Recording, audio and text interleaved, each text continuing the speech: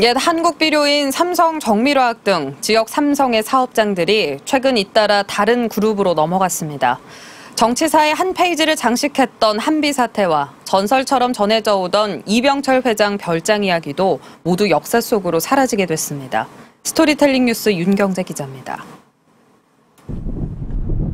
태화강과 울산 앞바다는 물론 도심과 공단까지 울산 전경을 360도로 볼 수 있어 명당 중에 명당으로 손꼽히는 태화강 하구 돛질산입니다.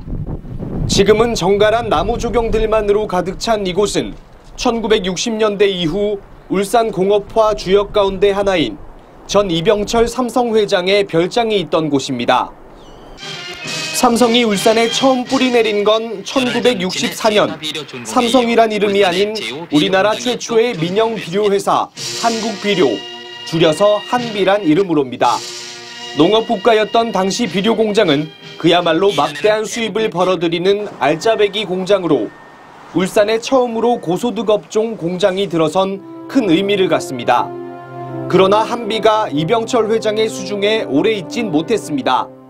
사카린을 건축자재로 속여 들여온 이른바 사카린 밀수 사건이 터지면서 설립 2년 만에 국가에 헌납된 겁니다.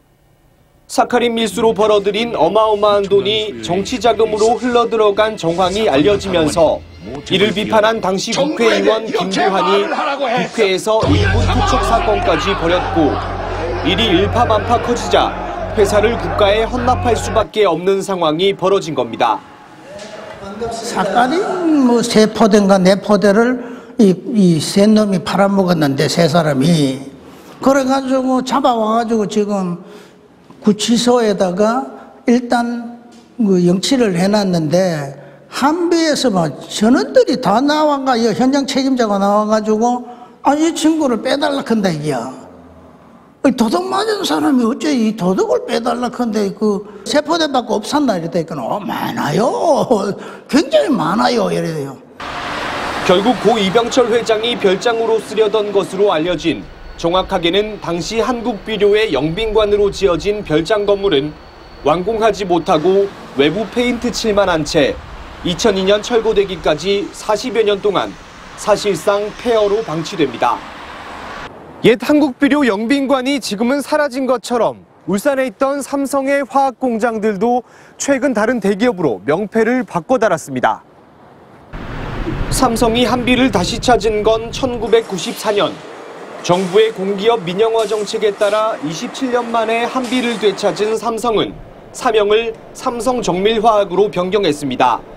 이병철 회장이 10년 동안 준비하며 애정을 쏟았던 한비의 후속 회사인 만큼 정밀화학만은 본사를 울산에 두면서 주력 화학 공장으로 발전시키게 됩니다. 삼성정밀은 그러나 그룹의 화학사업 정리 방침에 따라 창사 53년 만인 지난달 롯데정밀화학으로 명패를 바꿔달았습니다.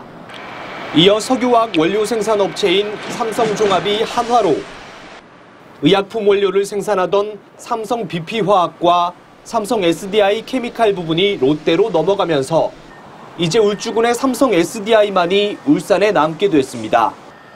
한비로 시작해 지난 반세기 지역 화학 산업은 물론 조국 근대화를 이끌며 한국 정치사의 한 페이지를 장식하기도 했던 삼성의 울산 시대가 서서히 저물고 있습니다.